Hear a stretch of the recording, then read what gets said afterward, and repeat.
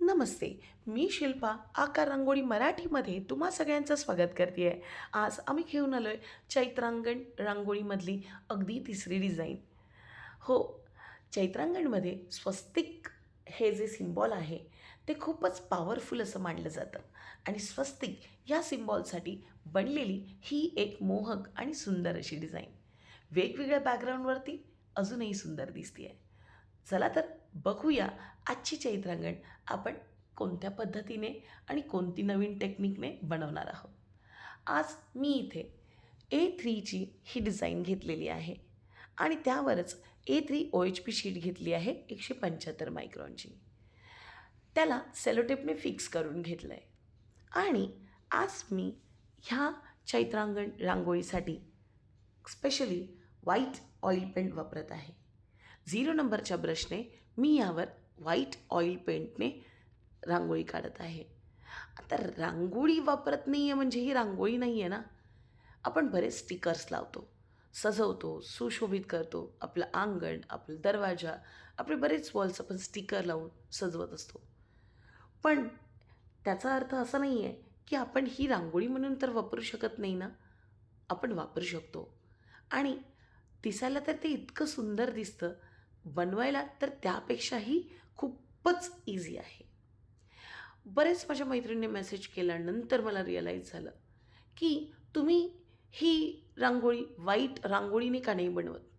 मैत्रिणींनो, मला तुम्हाला हे सांगायला आवडेल, की व्हाईट रांगोळीने खरंच आपण प्रयत्न करू शकतो. आपण खूप छान रांगोळी बनवू शकतो व्हाईट रांगोळीने याची. पण काय प्रॉब्लेम आहे माहिती आहे व्हाईट रांगोळीचा? व्हाईट रांगोळी किंवा रांगोळी मुळात व्हाईट रांगोळी ही कोणत्याही ग्लू आणि केमिकलमध्ये मिक्स झाल्यानंतर अगदी 2 ते 3 यूजमध्येच थोडीशी काळसर पडून जाईल आणि एवढ्या मेहनतीनंतर चिटकवलेली रांगोळी जर काळपट पडली किंवा काळसर झाली तर आपली मेहनत वाया नाही का जाणार? चैत्रांगण रांगोळी स्वस्तिक चिन्हाला वास्तुशास्त्र आणि सांस्कृतिक अनन्यसाधारण महत्त्व आहे. हिंदू नववर्षाच्या सुरुवातीला चैत्र मासात हे चिन्ह घराच्या अंगणात, प्रवेशद्वारात किंवा पूजेच्या खोलीत काढलं जातं. वास्तुशास्त्राच्या दृष्टीने त्याचे काय काय इम्पॉर्टन्स आहे जाणून घेऊ. वास्तुदोष निवारण करतं. स्वस्तिक हे चिन्ह घरातलं नकारात्मक नष्ट करून सकारात्मक ऊर्जा वाढवते. दारावर किंवा घराच्या प्रवेशद्वारावर स्वस्तिक काढल्याने घरातील वास्तुदोष कमी होण्यास मदत होते. सुखसमृद्धी व शुभ संकेत घेऊन येतात. चांगल्या नशिबाचं हे प्रतीक आहे. चैत्रांगण रांगोळी स्वस्तिक हे शुभता असं मानलं जातं. गुढीपाडव्याला हे चिन्ह काढल्याने वर्षभर घरात धन, संपत्ती आणि समृद्धी टिकून राहते. स्वस्तिक हे भगवान विष्णू आणि लक्ष्मीचं प्रतीक मानलं जातं. या चिन्हामुळे घरात पावित्र्य राखलं जातं. नकारात्मक शक्तींचा प्रवेश तर रोखला जातोच, त्याचबरोबर चैत्र महिन्यात चैत्र गौरीच्या स्वागतासाठी हे अगदी महत्त्वाचं चिन्ह आहे. वास्तुशास्त्रात स्वस्तिकला ऊर्जेचं केंद्र मानलं जातं. आय थिंक म्हणूनच आपल्याकडे पूजेची सुरुवात, प्रत्येक शुभकार्याची सुरुवात ही स्वस्तिकच्या ड्रॉ करून केली जाते.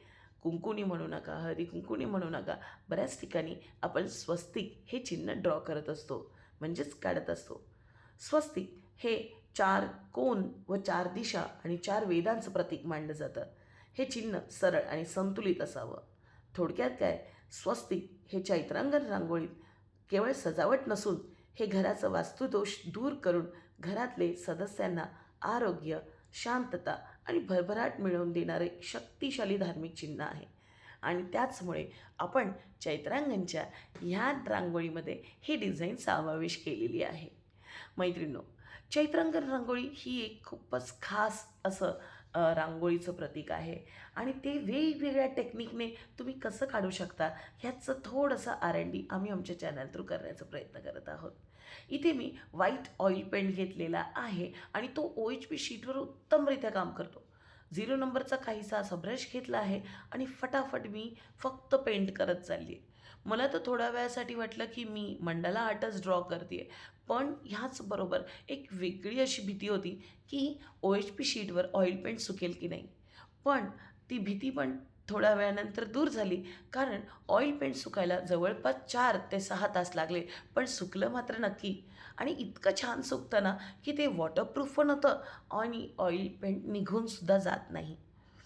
इथे ही मोठी डिझाईन असल्यामुळे इथे तुम्ही कॅमलिन पेंट मार्करचा सुद्धा वापर करू शकता. पण आपल्या अशा बऱ्याच मैत्रिणी आहेत ज्यांना अजूनसुद्धा कॅमलिन पेंट मार्कर अवेलेबल होतच नाही आहे, उपलब्धच नाही आहे. त्यांच्याकडे ह्या सगळ्या गोष्टी मिळतच नाही आहेत. त्यांच्यासाठी असे बरेच ऑल्टरनेटिव्ह आम्ही आमच्या चॅनल थ्रू दाखवण्याचा प्रयत्न करतो आहे. तर नक्कीच तुम्ही ह्याने सुद्धा म्हणजेच व्हाईट ऑइल पेंटने सुद्धा ही रांगोळी नक्कीच बनवून ट्राय करू शकता.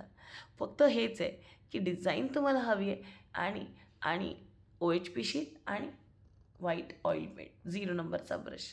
आणि पण व्हाईट ऑइल पेंटमध्ये जेव्हा ब्रश वापराल ना, तेव्हा त्याला धुण्यासाठी टर्पंटाईल पण वापरा. त्याच्यानेच तो ब्रश व्यवस्थित क्लीन होईल आणि तो हळूहळू त्या डिझाईनवर फिरवायचा आहे. रंग व्यवस्थित घ्यायचा ब्रशमध्ये आणि जसं आपण मार्करने ट्रेस करतो, अगदी आपली डिझाईन तशी ट्रेस करत जायची. आहे की नाही? अगदी इझी आणि सुंदर अशी डिझाईन.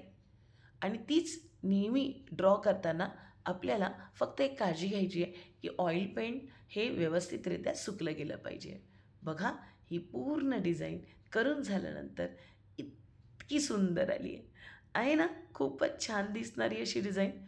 ही डिझाईन जेव्हा बनली होती ना, तेव्हा मला खरंच असं वाटलं होतं की जी पण मेहनत मी अर्धा तास किंवा पाऊण तास केली आहे ही डिझाईन ट्रेस करण्यासाठी ऑइल पेंटने, ती सारथी लागली.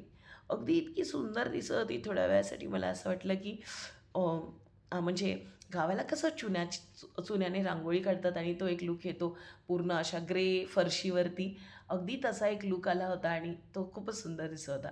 ट्रायलसाठी मी माझ्या एका बेसवर त्याला ठेवून पाहिलं, तेव्हासुद्धा ते अगदी अप्रतिम दिसत होतं. आहे की नाही? सुंदर अशी आयडिया आणि A1 काम करते हो. सुकल्यानंतर तर तुमची चैत्रांगण रांगोळी अगदी अर्धा ते 1 तासात बनून रेडी. अजून तुम्हाला काय हवं आहे? वेगवेगळ्या टेक्निक, वेगवेगळ्या गोष्टी आणि वेगवेगळ्या पद्धतीने तुम्ही जेव्हा कोणतीही गोष्ट करण्याचा प्रयत्न कराल, तुम्हाला तुमची नक्कीच एक मस्त अशी टेक्निक भेटून जाईल. तुम्हाला आमचा हा व्हिडिओ कसा वाटला? वेगवेगळ्या बॅकग्राऊंडवर सुद्धा ही डिझाईन खूप सुंदर दिसते आहे बरं का. आणि तुम्हाला आमचा हा व्हिडिओ कसा वाटला? आम्हाला कमेंट बॉक्समधून नक्की कळवा. आणि हो, व्हिडिओ आवडला असेल तर लाईक, शेअर आणि सबस्क्राईब जरूर करा. कारण तुमचं एक सबस्क्रिप्शन आम्हाला असेच नवीन नवीन व्हिडिओ बनवण्यासाठी मोटिवेट करू शकतात. धन्यवाद.